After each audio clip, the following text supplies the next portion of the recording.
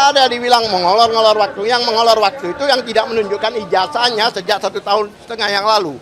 Kalau itu ditunjukkan ijazahnya, tidak ada mengolorkan waktu. Selesai, game over. Kalau ijazah itu.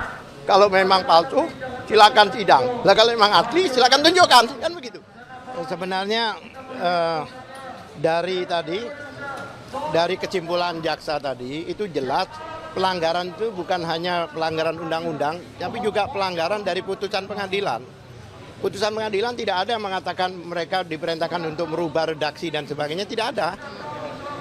Batal demi hukum dan itu dikembalikan.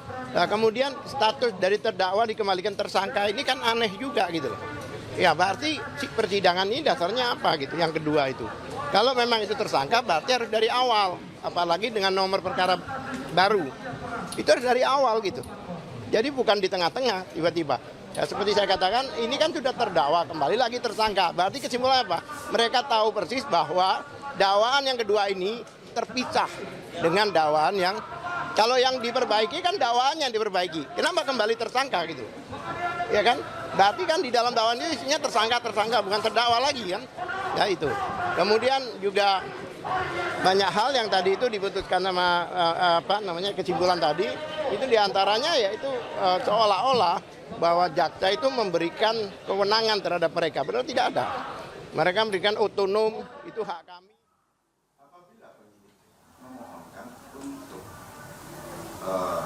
Melakukan pencekalan terhadap seseorang yang berdasarkan bukti atau keyakinan dari penyidik itu patut ditinggal karena hal-hal pertimbangan dikhawatirkan melarikan diri. Penyidik ataupun dalam hal ini kepolisian. Ini berbahaya juga kalau putusnya di akhir. Kenapa berbahaya? Nanti bisa digunakan, nanti udah sidangnya udah seru, yang diputuskan kita diterima nanti. Peristiwa di Solo. CLS di Solo, citizen lawsuit itu kan, udah sidangnya udah seru, ternyata eksepsinya yang diterima. Nah ini, saya khawatir ini merupakan skoci nanti untuk penyelamatan dari yang melapor itu. Itu khawatirnya begitu. Jadi bukannya sidang yang dimasalahin, tapi eksepsi kita diterima. Itu kami curiga arahnya ke sana. Makanya kami lawan, banding, silakan. Kalau banding kami tidak diterima, atau dikalahkan, atau dibatalkan kami punya kemarin perlawanan, ya kan, eksepsi kita, go ahead, kami siap. Jadi tidak ada dibilang mengolor-ngolor waktu. Yang mengolor waktu itu yang tidak menunjukkan ijazahnya sejak 1,5 tahun yang lalu. Kalau itu ditunjukkan ijazahnya, tidak ada mengolorkan waktu. Selesai, game over. Kalau ijazah itu, kalau memang palsu, silakan sidang. Nah, kalau memang asli, silakan tunjukkan, kan begitu. Dengan ditunjukkan ke wartawan dan umum kan selesai. Carut-marut ini tidak mungkin terjadi. Jadi narasi-narasi yang itu narasi yang tidak masuk akal. Ya, Karina.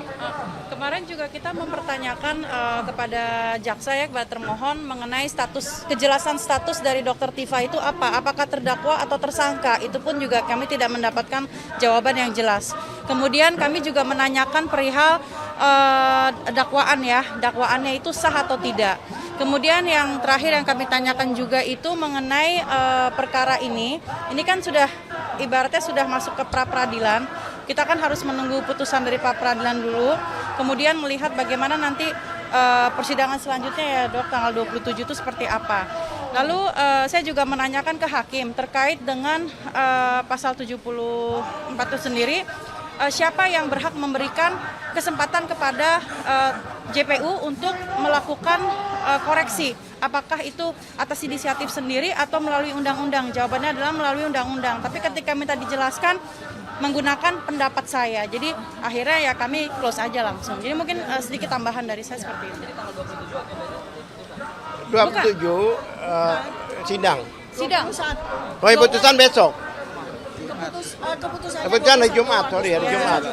27 itu kan adalah undangan sepihak. Undangan sepihak dari Pengadilan Negeri Jakarta Timur. Undangan sepihak kan. Ini yang kita harapkan kita putuskan di Prapit ini gitu loh. Jadi kita kembali lagi itu memilih untuk menghargai hukum. Jadi Prapit sudah diizinkan oleh Mahkamah Agung ya.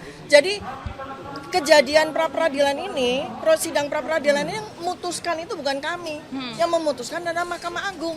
Mahkamah Agung memerintahkan PN Jakarta Selatan melakukan pra-peradilan. Nah, sehingga tentu saja seharusnya PN Jakarta Timur pun juga menghormati apa yang menjadi keputusan dari Mahkamah Agung tersebut gitu loh. Jadi kita ini amanat undang-undang loh ya. Artinya itu ya yang kita mau luruskan gitu loh. Yang mau dibelok-belokkan oleh JPU ini kita mau luruskan ya. Ya, terima kasih. Ya, terima kasih. Ada pertanyaan? Nggak ada pertanyaan. Nggak ada. Oke, baik. Terima kasih. Sekali lagi pada intinya Dokter Tifa selalu beritikat baik, selalu kooperatif dan tidak pernah mengulur-ngulur waktu gitu aja ya. Terima kasih. Terima kasih. Rekan media semuanya dan seluruh masyarakat Indonesia dimanapun Anda berada, alhamdulillah pada hari ini sidang yang kelima sudah kami lalui, yaitu simpulan dari saya pihak kami sebagai pemohon dan kami juga mendengarkan simpulan dari pihak termohon yaitu JPU ya. Nah, saya pertama-tama mengapresiasi dan mengucapkan terima kasih kepada Pengadilan Negeri Jakarta Selatan, terutama Hakim Tunggal ya, yang selama 5 kali sidang ini sudah memimpin sidang dengan sangat baik. Sidang berlangsung dengan lancar, ya tidak terjadi perdebatan dan itu juga yang diminta oleh beliau dari sejak sidang pertama. Itu kami apresiasi sehingga kami sebagai pemohon juga mendapatkan waktu yang cukup, ya tidak pernah dipotong sehingga kami bisa menyampaikan apa yang perlu kami sampaikan, keberatan-keberatan kami maupun pertimbangan-pertimbangan kami itu dengan sangat baik. Demikian juga dengan kami juga menyimak dari apa yang disampaikan oleh termohon. Nah, pada simpulan ini saya ingin menyoroti pertama itu dari apa yang disampaikan simpulan oleh termohon ya. Jadi termohon tampaknya memang kalau dalam bahasa Belandanya itu kopoh ya. Jadi kopoh itu keras kepala begitu ya. Seakan-akan menyatakan ya pada simpulannya tadi kami dengar bahwa amar putusan itu dianggap mereka tidak ada. Amar putusan yang jelas-jelas menyatakan bahwa hakim itu sudah memerintahkan untuk mematuhi pasal 75 ayat 2 dan 3 dan pasal 206 seandainya mereka memang tidak sepakat atau tidak menerima. Itu betul-betul mereka belot gitu ya. Artinya mereka benar-benar tidak mengakui itu. Dan bahkan tadi kalau saya mendengar simpulan di termohon itu tetap mendasarkan kepada P21. Jadi mereka itu membawa kepada seakan-akan sidang itu tidak pernah terjadi gitu loh. Sidang yang terjadi di PN Jakarta Timur 4 kali sidang dengan beban biaya begitu besar dari negara itu dianggap oleh jaksa itu seakan-akan nggak ada. Bahkan amar putusan pun juga dianggap oleh mereka seakan-akan tidak ada. Mereka menyiratkan bahwa ini kembali lagi ke P21. Padahal ini kita sedang menghormati sebuah peristiwa, sebuah proses hukum, prosedur hukum yang betul-betul kita menghormati apa yang ada di KUHP, apa yang ada di KUHP. Ya, dan saya terutama sebagai dalam hal ini mantan terdakwa dan mantan tersangka, bukankah seluruh masyarakat Indonesia, para media juga lihat ya bahwa sejak awal 11 Mei 2025 dan seterusnya saya menjadi saksi, terlapor, tersangka, saya wajib lapor berkali-kali, berbulan-bulan. Kemudian saya didudukkan dalam kursi terdakwa, saya selalu patuh. Tidak pernah saya mangkir dan sebagainya. Dan kemudian apa yang ditetapkan oleh hakim pada PN Jakarta Timur juga kami patuhi.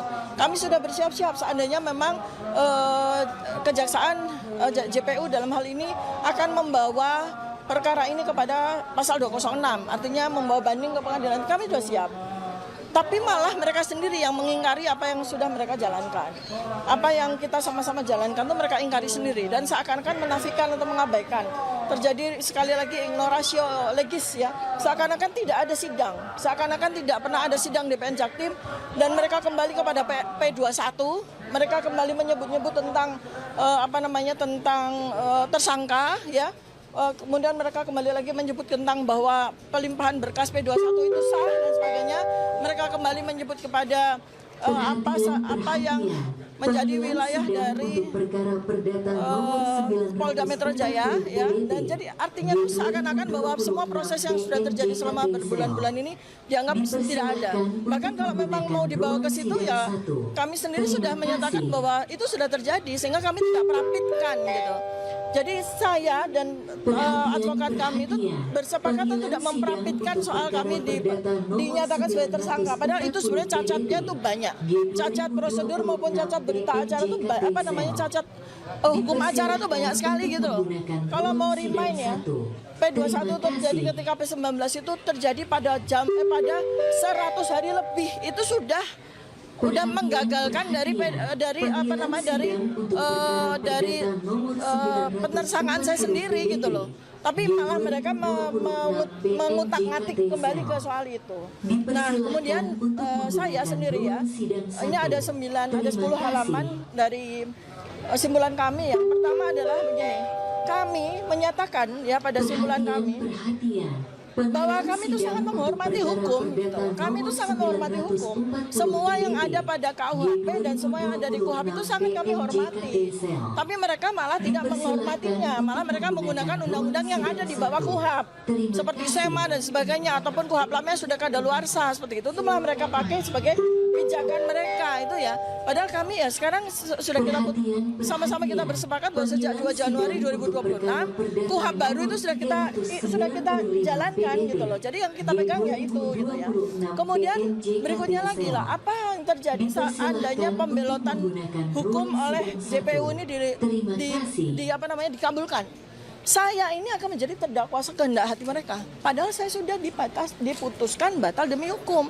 Bahkan tersangka pun batal demi hukum karena seluruh berkas perkara itu sudah diminta oleh hakim dikembalikan kepada penuntut umum. Artinya posisi saya sebagai tersangka pun tidak ada gitu loh. Jadi kalau seandainya peradilan ini tidak memutus apa yang kami minta dalam petitum kami, artinya saya disandera sebagai terdakwa dengan sewenang-wenang, dengan semena-mena, tanpa hukum gitu loh. Di luar hukum, tidak ada koridor hukum apapun yang memberikan fasilitas kepada saya untuk disandera sebagai terdakwa ketika amar putusan dari PN Jakarta Timur itu sudah diketok palu oleh hakim gitu ya. Jadi seperti itu. Itu yang kami pertahankan supaya sekali lagi tidak terjadi kepada warga negara Indonesia yang lain, tidak terjadi kepada anak bangsa yang lain. Posisi yang dihormati oleh hukum disewenang-wenangi oleh aparat penegak hukum sendiri.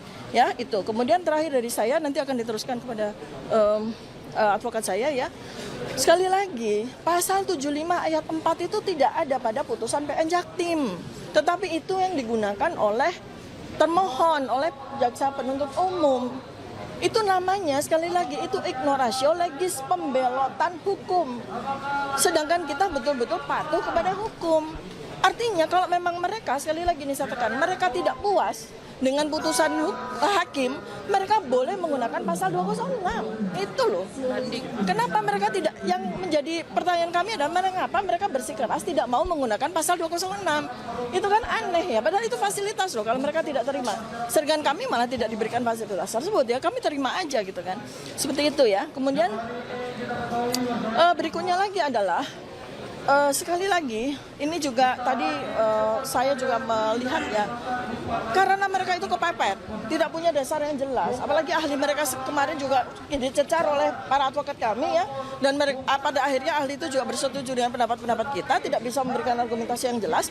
Sementara ketika kami menghadirkan saksi dan ahli, mereka juga tidak punya hak jawab, tidak menggunakan hak jawab mereka. Artinya mereka bersetuju dengan apa yang disampaikan oleh saksi dan ahli kami, kan seperti itu. Tidak ada pertanyaan sama sekali, tidak ada perlawanan sama sekali terhadap apa yang disampaikan oleh saksi dan ahli kami. Artinya mereka bersepakat dengan apa yang disampaikan oleh saksi dan ahli. Kan itu udah jelas ya. Nah, mudah-mudahan sekali lagi ini saya berdoa, kami berdoa dan mohon doanya kepada seluruh masyarakat Indonesia bahwa untuk kesekian kali kita bermohon kepada Allah Subhanahu wa taala agar hukum betul-betul bisa tegak berdiri dengan seadil-adilnya dan sebenar-benarnya di tanah air kita tercinta ini. Mudah-mudahan mudah-mudahan keputusan yang diberikan oleh Hakim Tunggal pra-peradilan dari PN Jakarta Selatan ini menjadi hadiah bagi kita untuk hari ulang tahun kemerdekaan Republik Indonesia ke-81. Amin. Ya, terima kasih. Assalamualaikum warahmatullahi wabarakatuh. Gak sempet baca? Dengerin aja, klik icon text to speech di okezone.com.